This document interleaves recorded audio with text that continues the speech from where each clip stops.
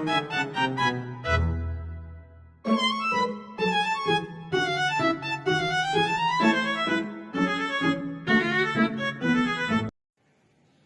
di sini ada pendahuluan. Di tengah perubahan teknologi dan persaingan bisnis yang semakin ketat, banyak organisasi menghadapi tantangan dalam merekrut tenaga kerja yang sesuai dengan kebutuhan strategis mereka.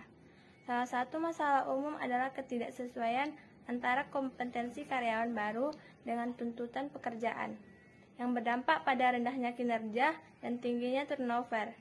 Hal ini mencerminkan perlunya penerapan konsep pengadaan SDM berbasis strategis seperti perencanaan tenaga kerja, analisis jabatan, serta rekrutmen dan seleksi yang tepat sasaran. Model rekrutmen modern yang mengintegrasikan teknologi atau misalnya e-recruitment dan analisis SWOT mampu meningkatkan efektivitas dalam menjaring kandidat berkualitas. Dari sudut pandang kelompok, kami melihat bahwa keberhasilan rekrutmen tidak hanya tergantung pada teknologi, tetapi juga pada pemahaman mendalam tentang kebutuhan organisasi serta kesesuaian budaya kerja. Pengadaan SDM dirancang dengan baik akan memberikan kontribusi besar terhadap peningkatan produktivitas, loyalitas karyawan, serta pencapaian visi jangka panjang organisasi. Selanjutnya ada metode penelitian. Penelitian ini menggunakan metode studi pustaka, yaitu dengan mengkaji berbagai sumber tertulis seperti jurnal, buku, dan artikel akademik yang relevan dengan topik pengadaan sumber daya manusia. Data yang digunakan bersifat sekunder dan dianalisis melalui teknik analisis isi untuk memahami teori serta praktik pengadaan SDM dari berbagai sudut pandang. Meskipun tidak melibatkan data primer, metode ini dinilai efektif untuk menyusun kajian konseptual yang mendalam dan menjawab tujuan penelitian secara teoritis dan reflektif.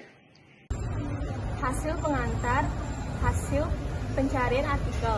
Artikel dalam penelitian diperoleh melalui pencarian di mesin pencari ilmiah seperti Google Scholar, Garuda, dan Sinta, dengan kata kunci terkait pengadaan SDM, rekrutmen, seleksi, dan analisis jabatan. Dan dari pencarian tersebut terpilih 10 jurnal, yaitu terdapat pada terbitan tahun 2015 sampai 2023 yang paling relevan dengan topik dan dapat diakses secara penuh. Hasil studi pustaka berdasarkan 10 jurnal yang dikaji, pengadaan SDM harus dirancang secara strategis, dimulai dari perencanaan kebutuhan tenaga kerja hingga seleksi yang berbasis kompetensi analisis jabatan terbukti yang mendukung proses rekrutmen yang lebih tepat sasarannya yang berdampak pada kinerja.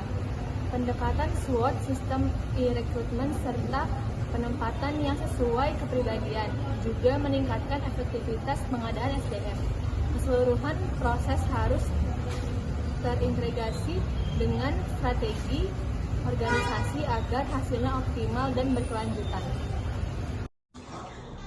Temuan artikel yang menjadi objek tugas penelitian. Pengadaan SDM yang efektif meliputi perencanaan tenaga kerja, analisis jabatan, dan seleksi berbasis kompetensi.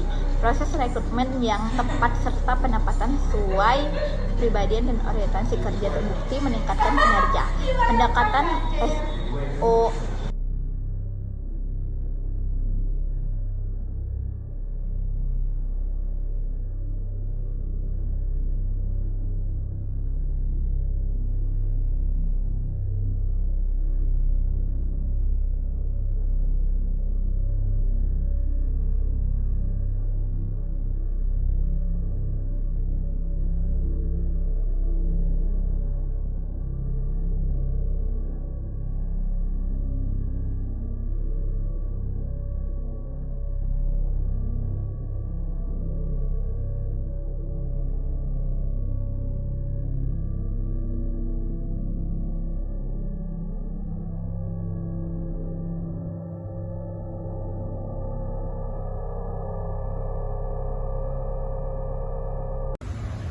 Langkah berikutnya adalah analisis jabatan.